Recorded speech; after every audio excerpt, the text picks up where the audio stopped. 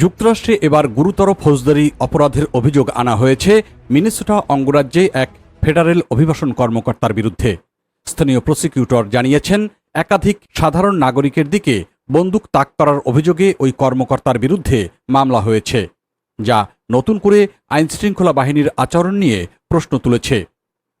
অভিযুক্ত Gregory ডনেল Morgan junior, যিনি immigration and customs enforcement আইসির একজন এজেন্ট, তার বিরুদ্ধে বিপজ্জনক অস্ত্র ব্যবহার করে দ্বিতীয় ডিগ্রির হামলার দুটি অভিযোগ আনা হয়েছে।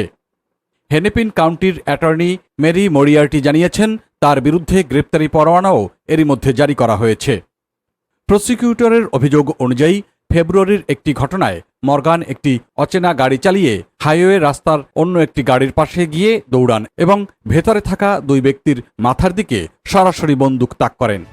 ওই সময় গাড়িটি চলমান অবস্থায় ছিল, যা পরিস্থিতিকে আরও বিপজ্জনক করে তোলে। ভুক্তভোগীর একজন পরে জরুরি সেবায় ফোন করে বিষয়টি জানিয়েছেন। তদন্তে উঠে এসেছে, অভিযুক্ত কর্মকর্তা ট্রাফিক এড়িয়ে দ্রুত যাওয়ার চেষ্টা করেছিলেন এবং ওই সময়ই এই ঘটনাটি ঘটে। প্রসিকিউটর জানিয়েছেন, একজন ফেডারেল কর্মকর্তার জন্য এ ধরনের আচরণ ক্ষমতার সীমা অতিক্রম করে এবং এটি অত্যন্ত বিপজ্জনক।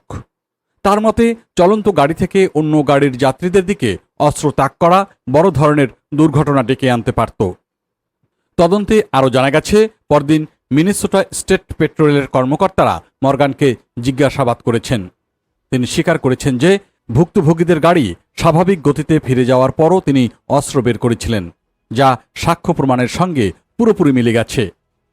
এদিকে এই ঘটনাটি এমন সময় সামনে এলো যখন যুক্তরাষ্ট্রের অভিবাসন অভিযানের অংশ হিসেবে মিনেসোটায় পরিচালিত মেট্রো সার্চ অভিযানের আগে থেকেই বিতর্ক তৈরি হয়।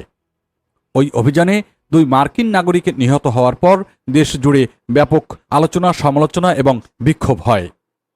এদিকে department of homeland security DSS এই অভিযোগের বিষয়ে তাৎক্ষণিক কোনো মন্তব্য করেনি। তবে বিশ্লেষকরা বলছেন, এই মামলা অভিবাসন আইন প্রয়োগকারী সংস্থাগুলোর জবাবদিহিতা নিয়ে নতুন করে আলোচনা তৈরি করবে।